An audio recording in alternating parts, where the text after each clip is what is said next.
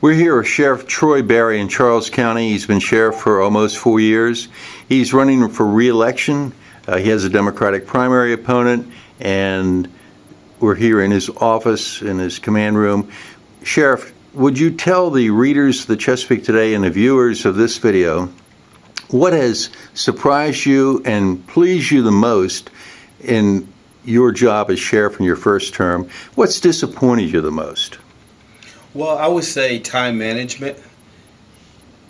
In order to do this job correctly, you have to definitely put a lot of time in it.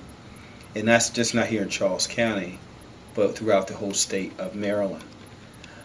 Because the sheriff plays a very significant role in law enforcement in the state.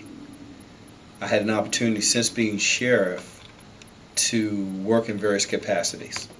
Not only in my job here as sheriff, making sure that we fight crime and do different initiatives in order to reduce the crime which we have, and also to keep the day-to-day operations of the sheriff's office moving forward, but also spending a lot of time at the legislature in Annapolis, which I am the third vice president, and I am a member of the legislation committee.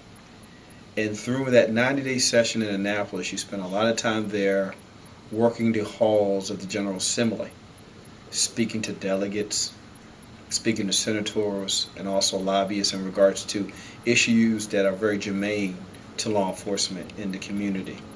Just like there was a lot of conversation over the last legislative session and speaking about the marijuana issue, being able to address the medical marijuana issues and our ways of trying to look at that to make sure that's done in a very safe manner, not putting the general public at risk, and talking about various other issues in regards to law enforcement, dealing with various bills of maybe body-worn cameras, re-entry for those who find themselves incarcerated. So, surprising piece would be the time that is spent locally and abroad throughout the whole state in reference to making the mandates of what you have to do in your day-to-day operation of a sheriff, and also spending your time in Annapolis. Disappointing here at the sheriff's office. I really enjoy the aspect of working with people. That is the wonderful aspect. Some of the difficult pieces is finding the necessary resources to be able to move the sheriff's office forward. Some of the challenges that we have in law enforcement, not here just in Charles County, but regionally, is the opioid issues and the rollout of that. We know that they have a certain segment of our community that unfortunately have become dependent on prescription medications, and unfortunately they segue into heroin, usage of heroin. And we know that individuals are supporting or stealing to support their habits. And we have those particular challenges as in Charles County in the growth of population that is taking place. If you look at the last 2010 census and into 2017, we have seen almost a 13,000% growth in our county. And according to the Maryland Independent, that the sheriff's office, the state county, Charles County, is the second growing fastest county other than Howard County. So we definitely need to be able to come up with a way to quantify law enforcement services and be able to mitigate those issues as a population grows. So the point most disappointing is trying to get the necessary funding to properly staff and support the sheriff's office to be able to address the issues of today and the issues of tomorrow. We're here with Sheriff Berry, Charles County, talking with him in preparation for his primary election in June. He's running for a second term, and one of the biggest problems you've had in anywhere in the state of Maryland or across the country is the fentanyl and heroin crisis that we've been going through. The public is really tired of the people who participate in recreational drugs and bringing their lifestyle choice to their doorsteps of burglaries, crimes, thefts of vehicles, and what have you. And now we're paying police officers to run around and administer Narcan to these people when they decide to overdose. This is free will. People are taking this. You can call them an addict, and if you want to, other people call them junkies. But when we repeatedly have to go out and administer the Narcan to them, can you tell me what plans and processes are you developing that put these people into some sort of system that might turn their lives around and stop the repeat administrations of Narcan? That's a very good question. Law enforcement's job, one of the primary law enforcement's jobs, is the preservation of life. And whether it's someone that has chosen to be in using drugs, or whether it's someone that has been involved in a motor vehicle accident, or there's someone that's having a cardiac arrest, our job is to respond and administer whatever assistance that someone needs. And we vigorously go out there and try to do our very best in Charles County to preserve individuals' lives. We know that there is an epidemic nationally in regards to the opioid issues that are happening. And here in Charles County, we have rolled out a three-pronged approach from day one. First is education. Not only educating the young people in our schools, with our school resource officers being in there talking about drug awareness, talking about encouraging our young people to make positive choices in their lives, meaning that their choices have consequences, good or bad. We have a drug camp that we have annually in Charles County that bring in some young people that have been identified by the Charles County public school system, maybe at risk, to bring them in a positive environment with law enforcement and try to empower them and encourage them to make proper choices. And we also talk to our high school students about those particular choices. They understand that we want them, as they go on to graduate from high school and go on to college and enter the job force or military, we just encourage them to stay away from the drug culture, just like their parents and their loved ones are encouraging them to do. So that repetitive enforcement of encouraging them to lead a drug-free lifestyle. But we also understand that there are certain people that are going to remain and be involved in the drug element. Here in Charles County, we have not just singularly focused on a user. We're going after the drug dealer, the person that chooses to push the poison in our communities to our young people and to those individuals that are vulnerable or choosing to live that lifestyle and trying to make the drug less available. But that's not just here in Charles County. We have partnered with our local law enforcement agencies, we have partnered with our state agencies, and we have even partnered with our federal authorities. We have officers that are engaged and involved with the DEA task force, with ATF, the Alcohol, Tobacco, and Firearms, with FBI. So we're bringing all forces to bear to go after the dealer, trying to put up a fortress around Charles County to understand that if you choose to sell this poison on the street, you will be investigated, you will be charged, and the wonderful working relationship that we have with our state's attorney's office, you will be prosecuted. And the final piece is that bridge or that safety net in which you're talking about is reentry. Our reentry is started here within our facilities. We have a very robust reentry program to try to reduce recidivism here in Charles County. We have officers that correctional officers oversee a program here in Charles County for reentry for those who have alcohol issues, those who have narcotic issues.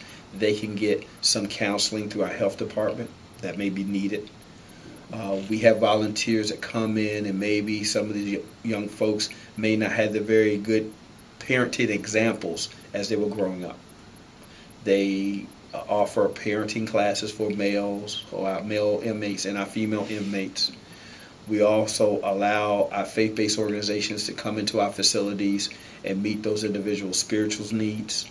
But we also have worked very closely with private organizations that come in and help individuals in their GED program, with also job placement, writing resume, conducting mock interviews to help individuals out.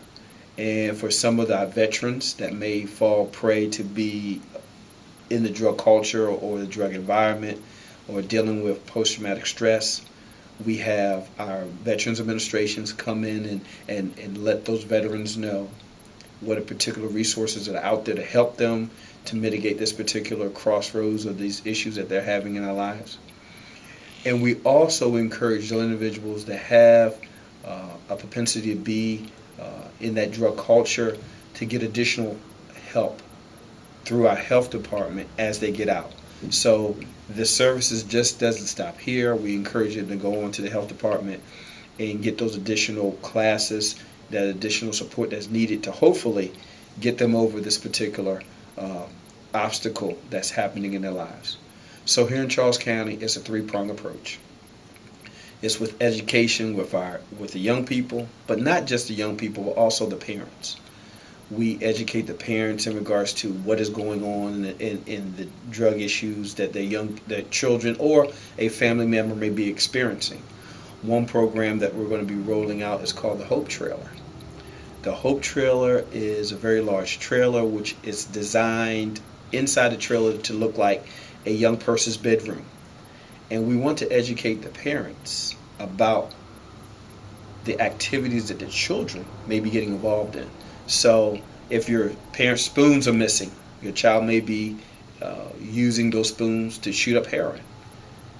Certain clothes that the young people may be wearing, some music that they may be listening to, some of the hiding places that they may have in their home. So hopefully we're arming the parents with information to go out and be to actively look at the children and inspect the children's room and be able to have some point of reference of their child may be entering in the drug culture. So that's the education piece for young people and also for the parents. We have that enforcement piece with our local, state, and federal law enforcement.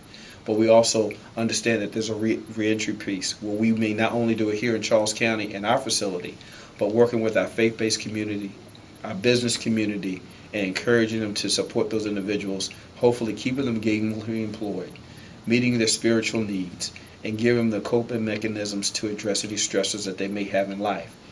With that three-pronged approach, we hope that we not only will reduce individuals from getting involved in drugs,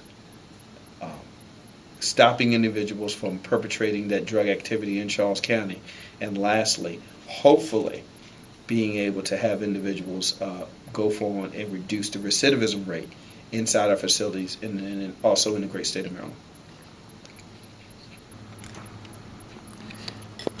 With Sheriff Troy Barry of Charles County, this question for you: will you please tell the readers of the Chesapeake Today and the viewers of this video the challenges you're facing in dealing with getting convictions on violent crimes? That's a very interesting question. I'm glad that you bring in that question forward. Some of the challenges that we're having in our judicial system is that through television, it's kind undermining what we do in law enforcement. Investigations are not finished in 30 minutes as a TV show. They're not done in 60 minutes as in other TV shows. And it's what we call in law enforcement the CSI effect. People are watching these crime shows, and some of these shows are putting some unrealistic expectations on law enforcement. And sometimes when people come to our courthouses and sit on our juries, they are overanalyzing the information that's brought to them, whether they're undermining or overanalyzing the statements given by witnesses, and they're also looking at some of the abilities of our forensic science units to bring some evidence to bear to some of these cases. And we just recently had a particular case here in Charles County where there was a attempted murder case, first-degree murder, where there was a shooting. The witness, or the victim in this particular case, was shot and knew the person who shot him. knew him from a previous relationship. Particularly, they were drug dealers together, and the individual knew him, identified him as the shooter, and it did so identify him in court. And there was additional evidence in regards to the video evidence. There also was some information from our detectives where we found out that the person had purchased similar ammunition, the same caliber ammunition, just a few days before the shooting, and he had a motive because they got in a physical altercation within hours of the shooting, and unfortunately, the person was found not guilty. And we believe that our judicial system works, but I think that the citizens are looking at what is being done on television, are not taking all the facts to bear in reference to our criminal cases that we're having, and it's causing law enforcement, not just here in Charles County, but nationally, having difficulty with securing prosecutions and returning guilty verdicts for those people who we have overwhelming evidence against them.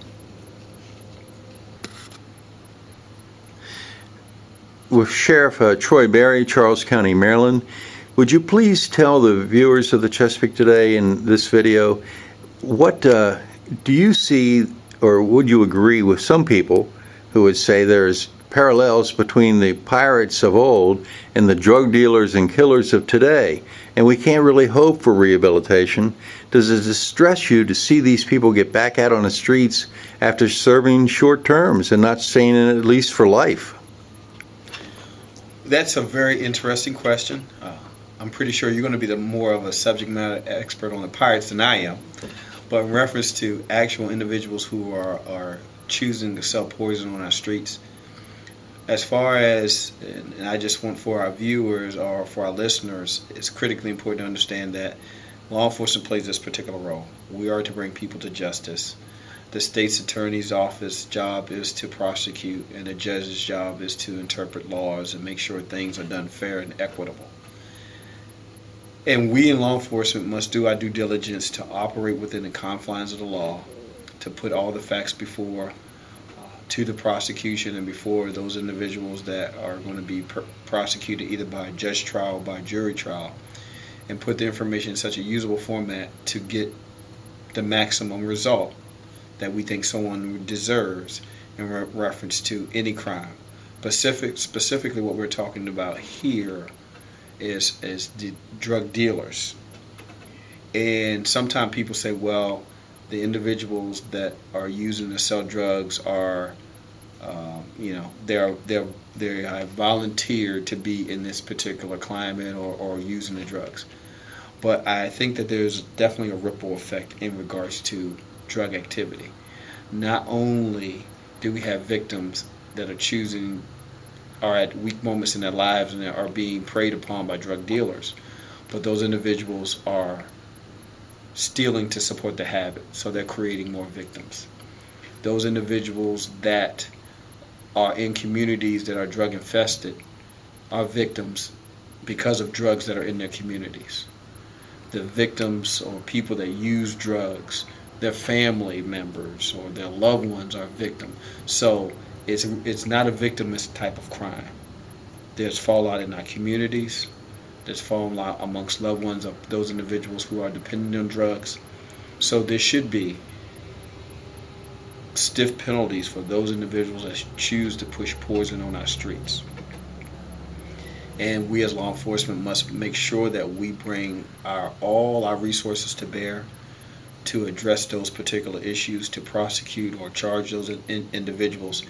And we must do our due diligence as law enforcement officials to be positive ambassadors, to inform the community what's going on and inform the community of these types of situations in regards to drug activity in their communities, because eventually those citizens are going to be our jurors, and they are going to be educated on the issues of drug issues in our community. They're going to understand how law enforcement goes about prosecuting or charging these individuals and getting before prosecution. So our citizens play a vital role. But ultimately, we want people, regardless of what crime it is, whether it's drug-related crime, whether it's assault crime, whether it's domestic violence, whether it's theft, I think that for those individuals that want to participate in criminal activity and they are charged and brought towards prosecution must pay the maximum penalty, whatever the judge determines or whatever the court determines for those infractions, because we cannot have lawlessness and chaos in our communities, because if we do, everybody will suffer. Sheriff Barry, the next question for you for the Chesapeake Today, would you please talk to the young people of this area about a career in law enforcement, because that's how you got started. Tell us about your life as a law officer and how you would encourage young people to consider it as well. I'm very passionate about giving back because I believe that no one has any degree of success without someone helping them to get to wherever they are in life. That's why it's critically important for me to go visit all the elementary schools and middle schools to talk to young people about my particular career and my path in life, and specifically law enforcement. I'm originally from St. Mary's County, grew up in the Southern Maryland region, and lived in the Southern Maryland region all my life here in Maryland. And I got my introduction to law enforcement as a result of a career day in elementary school, where an officer came in uniform, brought their car, and talked about law enforcement. And that has always driven me to have a career and be laserly focused in law enforcement. So that's why it's critically important for me to go and talk to young people, promoting law enforcement, being a positive ambassador for law enforcement. While sheriff, one thing I wanted to not only talk to the young people in schools, I wanted to give our adults an opportunity to experience the law enforcement environment here in Charles County. Give them a behind-the-scenes snapshot of what we do in law enforcement. So 2 years ago, we created the Citizen Police Academy. It's an 11-week program that we have in Charles County that we run annually, and we have at least 20 people that are maximum that we have in the program each and every session. They get an indoctrination to corrections, to the law, sworn officers, in reference to what our civilian personnel do in our detention centers, at our dispatch facilities. They get talked to by the criminal investigators. They have an opportunity to go to our courthouse. So they get a full, well-rounded orientation of what we do at the sheriff's office, and in hopes of them being more engaged and more knowledgeable about what their law enforcement officers do. When I came in as sheriff, I created a position, a civilian position, to specifically go out and recruit. It's a recruiting position within our sheriff's office, and that person's job is to go out to career days and go out to job fairs and go out to various areas in our communities, promoting here the best of what we have here in Charles County in regards to employment for our correctional officers, for our sworn officers, for our civilian personnel.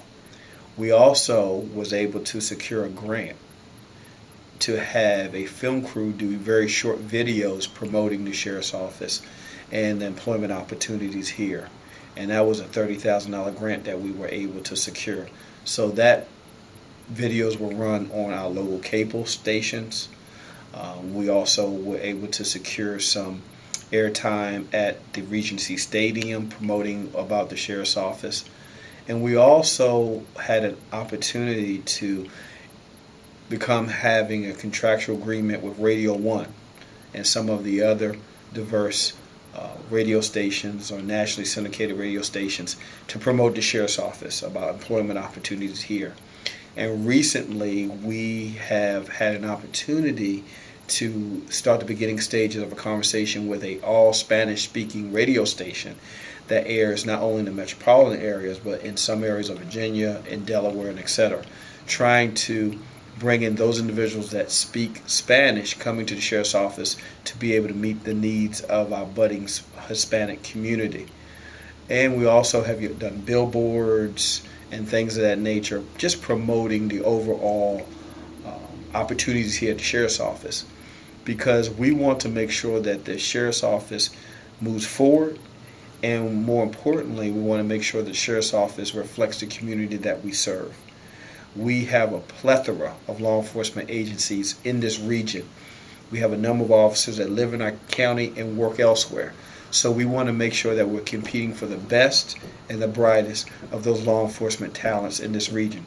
So we're doubling down. We're putting staff there.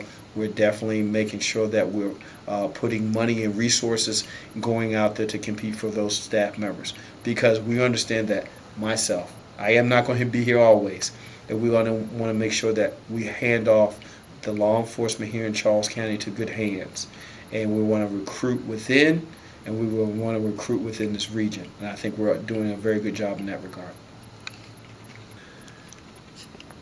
Sheriff Berry, would you tell us your views on what you can do or what you are doing to encourage the legislators or county commissioners in Charles County to reprioritize spending to harden schools for safety in view of the entry of guns into our schools and recent murders in our schools? That is definitely a number one security thought of myself and my staff. We are seeing what happened nationally, and we are very much aware of what happened at Great Mills High School in our neighboring county, where we responded down there for assistance. We here in Charles County spend almost $1.5 million of resources annually in our school systems here in Charles County. We have 38 facilities that we are responsible for. And those facilities include high schools, middle schools, elementary schools, and 2 alternative schools. We have school resource officers in all of our high schools, and we have school resource officers in all of our middle schools. And they have a collateral assignment of overlooking and are responsible for elementary schools. It is a very expensive proposition, and we are much here in Charles County ahead of the curve than a lot of our local jurisdictions and counties. Here in Charles County, we support the teachers and administrators and the students in regards to school safety, but we could do more. We are currently working with the Charles County Public Schools to address the hardening their facilities and making their campuses more secure in regards to active shooter situations or threat situations in general. Our staff members quarterly have various drills that we participate in with our school systems, whether it's bad weather drills, whether it's fire drills, whether it's wind drills, station and place drills. So we are constantly drilling our young people, drilling our teachers, drilling our staff members to be prepared to address any type of situation, whether natural or man-made threats that may arise. But we have been petitioning the county commissioners and others in reference to giving us some additional funds to make sure that our school systems have additional school resource officers in the elementary schools as they do in the middle schools and high schools. Unfortunately, the sheriff's office is just at a crossroads. We do not have the staffing to currently secure additional school resource officers to those other elementary schools. So the legislatures, local, state, and federal, have to come to terms with we're not there yet, but we can be, but we just need to allocate the necessary resources to make that happen. Because the one thing that I think we were all in agreement in this is that our young people are one of our most precious resources, and they deserve and they need to be protected just like the other areas of our community. Sheriff Troy Berry, you're just ending pretty soon your first term in office and asking the voters to send you back for another term. Would you please make your case for why you should be reelected? Thank you for giving me the opportunity to speak on this. In 2014, I was humbly elected as sheriff here in Charles County, where I've dedicated currently almost 26 years of my life to protecting and safeguarding this community. Here in Charles County Sheriff's Office, I had a wonderful opportunity to serve in various capacities. I started my days as an officer on the patrol division, assigned particularly to the La Plata areas and the Waldorf areas. I had an opportunity to go to be a detective in our criminal investigative division, where I stayed there for almost 4 years, where I investigated everything from burglary to homicide.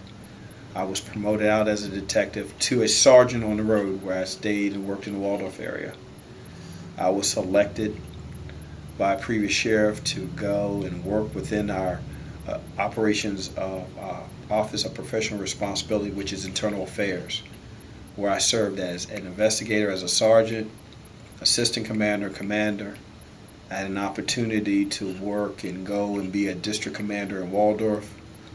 And my last assignment before becoming sheriff, I was an operational patrol commander, where I worked the evening and the late hours organizing and making sure that our staff members were getting the necessary resources they needed in emergency and non-emergency situations.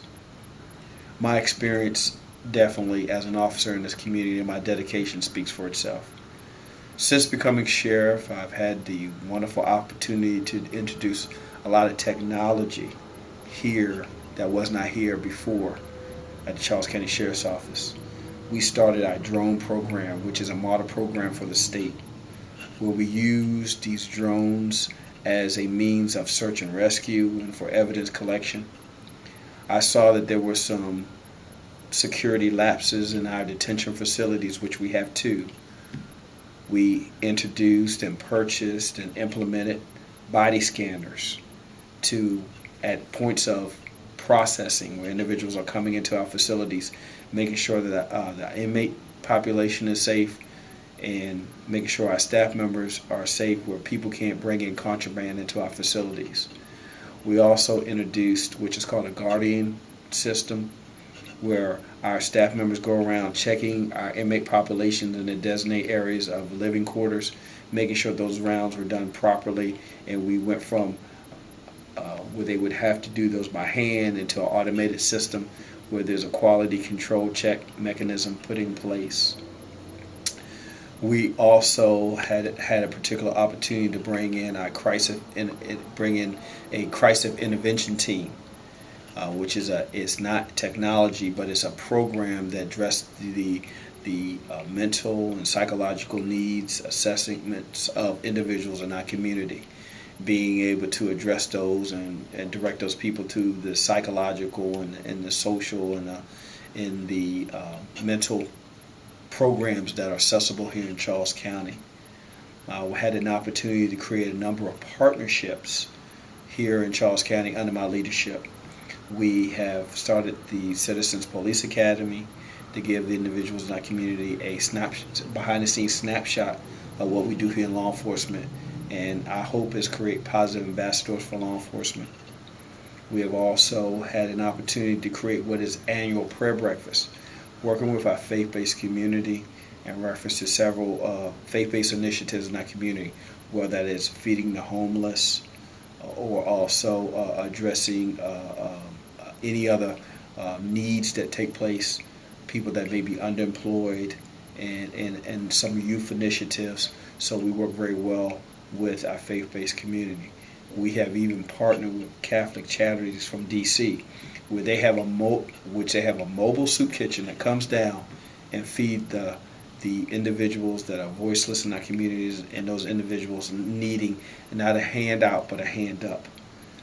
And we have just done very well in regards to how we partner with our community in our crime fighting efforts. And I'm just happy to say and pleased to announce that since 2014 we have reduced crime in Charles County by 23%.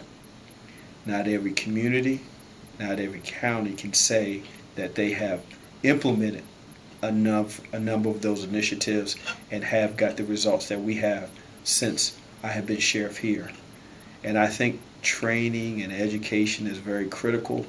In the midst of all that I have been doing, I had an opportunity in 2015 to go to the FBI Academy in Quantico, which is a very coveted international law enforcement leader course where only a select law enforcement executives get an opportunity to go and participate in the FBI Academy. And I was very pleased to get that opportunity, and I successfully graduated the FBI Academy with session number 262. And even more importantly, and after doing all of that, I have also had an opportunity to serve in other capacities throughout the great state of Maryland. I have been asked by Governor Larry Hogan, to participate in a commission which is called the Police Standards and Training Commission, which is in Pikesville. And I look at best practices across this region, making sure that the certification of officers are correct, and also making sure that the law enforcement agencies, which is over 160 different law enforcement agencies in the great state of Maryland, are doing what they need to do, their due diligence in the community and following their policy, rules, and procedure. Governor Hogan even also asked me to sit on a commission for gangs and violent criminal networks in the great state of Maryland, coming up with strategies to address the violent crime, not here just in this region of Southern Maryland, but out throughout the whole great state of Maryland, coming up with strategies and working with our state officials, working with our federal officials, working with our county officials, and also working with our prosecutors, bringing all of the weight to bear for those individuals that choose to conduct criminal enterprises in the great state of Maryland, bringing them to justice, bringing them to be prosecuted, and bringing all that we can do to bring them justice and see that they're properly handled throughout the judicial system. And finally, I have been recognized by county commissioners, our local county commissioners, by our U.S. congresspersons, and also the Maryland General Assembly. I've been given awards of jobs well done. So for those reasons and more, I'm asking for a favorable report, or even more so, the votes of the citizens of Charles County to be asked to be your sheriff again in 2018. As I have safeguarded this community for over 20 plus years, I will continue to do that if so elected in 2018, and I would appreciate that opportunity.